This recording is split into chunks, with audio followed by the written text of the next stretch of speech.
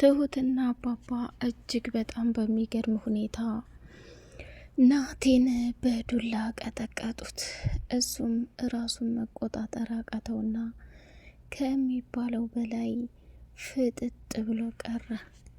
አባባም እንግዲህ እንቅ አደረገና አናቱን በቦክስ ሲለው ትሁቴም ከኋላ መጣችና ጭንቅላቱን ብላ ፈጠረቀችው።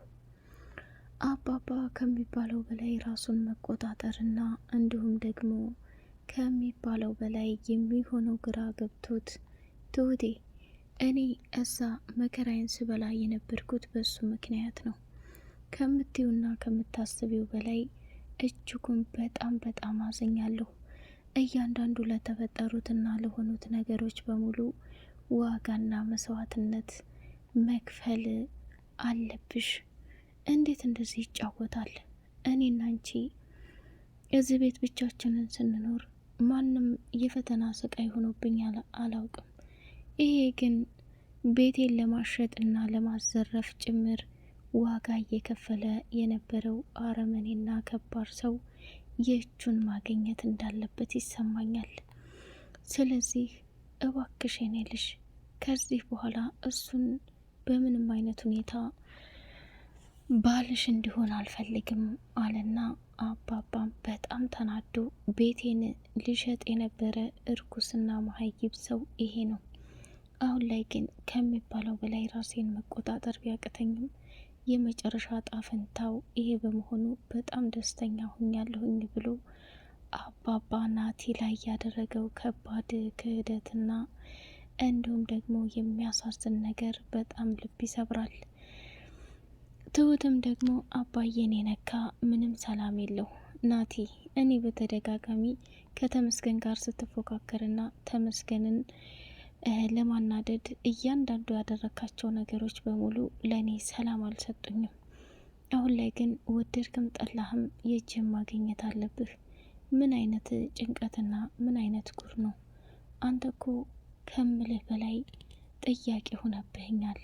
ለምንድን ነው እንደዚህ የምታደርገው ብሎ ሲጠይቀው እንግዲህ ናቲም ያለው አማራጭ መጨረሻው እንደዚህ መሆኑ በጣም አሳፋሪና የሚገርም ነገር ነው።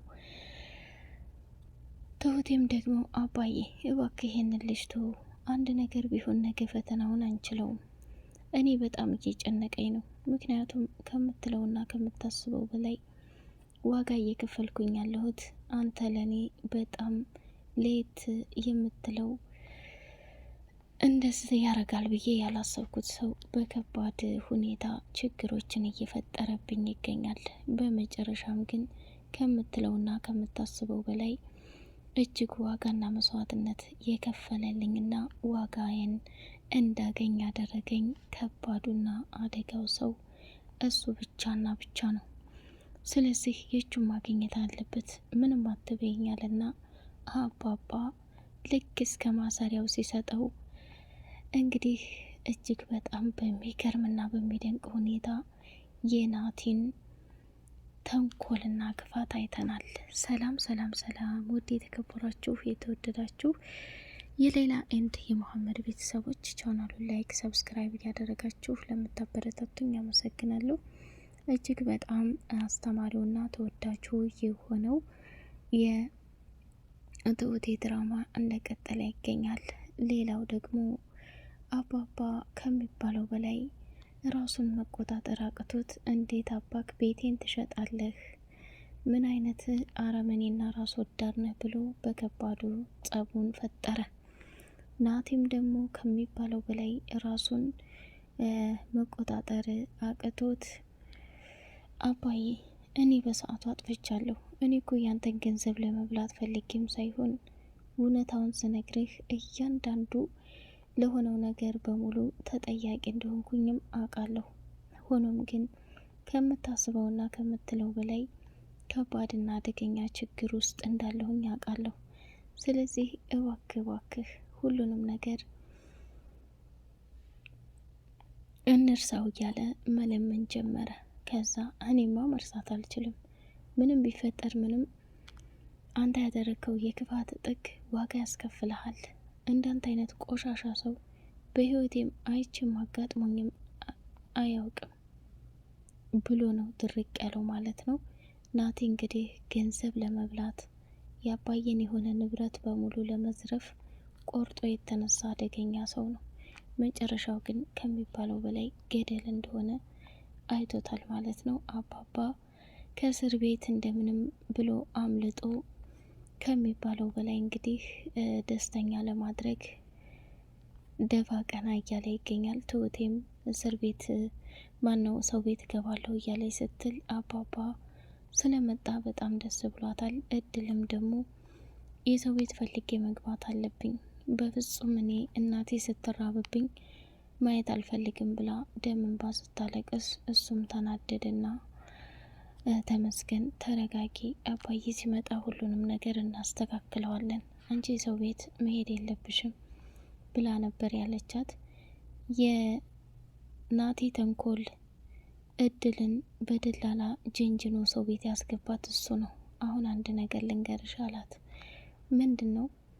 ይሄንን ተመስገን ሲመጣ ወገቡን በመደብደቢያ ዱላ ብለሽ እንድትገሊው እፈልጋለሁ።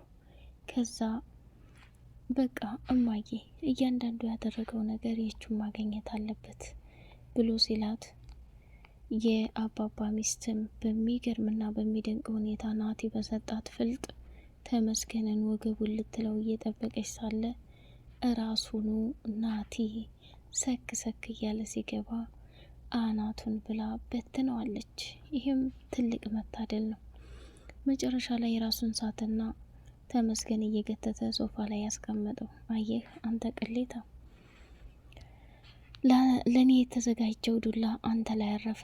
በጣም በሚያሳዝንና በሚገርም ሁኔታ ይችን ስላገኘ በጣም ደስ ብሎኛል። ሲበዛ ራስ ወዳድ ሰው መሆንህን እንድታውቀው ፈልጋለሁኝ ብሎ ተናገረ። ከዛ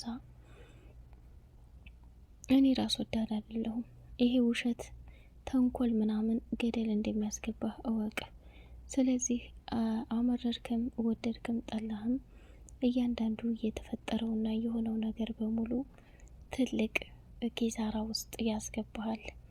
ይሄን ነገር ለማድረግ ከሚታሰበውና ከሚባለው በላይ ትልቅ ነገር ነው እና በዛም በዚህም አልክ እያንዳንዱ ለሆነው ነገር ትልቅ ዋጋ ትከፍላለህ ብሎ ተመስገንም አስፈራራው። ቲና እንግዲህ አይነ ስውር ሁና ሰውየውን የምትሸውደው ሰውዬ ትሁቴ ስትመጣ አንገቷን እቅፍ አረገችና ምንም እንዳልተፈጠረ ሁኝ ትሁት፣ ምንም ለመናገር እንዳትሞክሪ፣ እኔ ቲና ነኝ።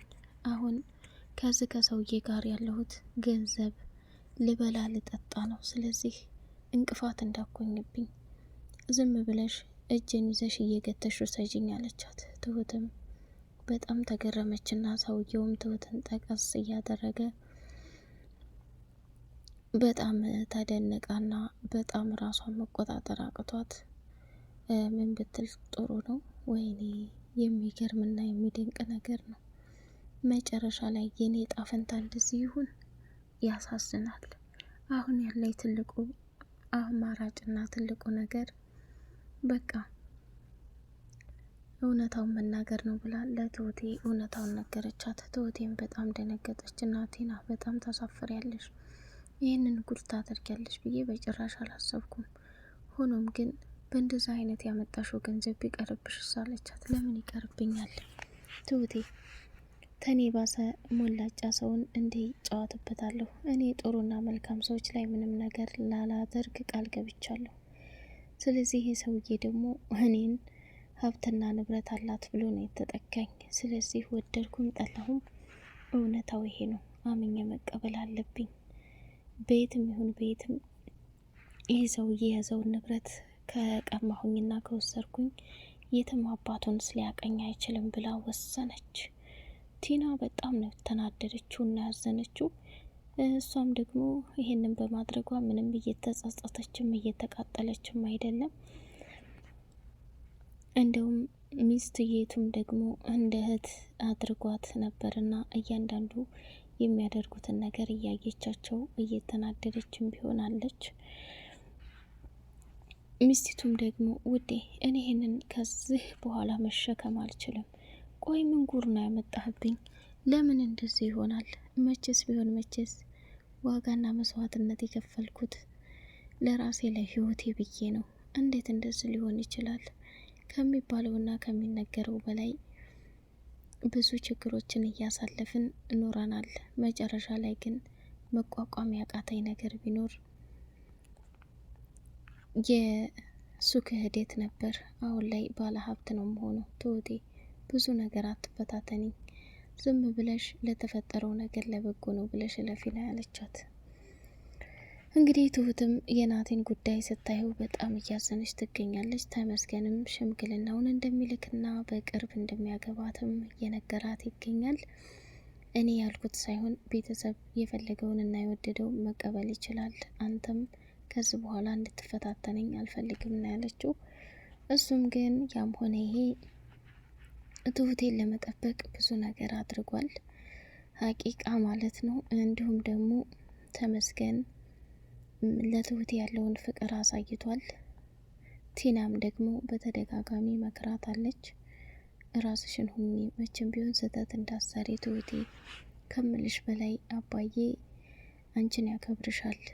ናቴ የሚባል ሰውዬ በጣም አስቸጋሪና አደገኛ እንደመሆኑ መጠን ራስሽን ችግር ውስጥ እንዳትከቺ፣ አንቺን የሚወድሽና የሚያፈቅርሽ ተመስገን ብቻና ብቻ ነው ብላታለች ማለት ነው።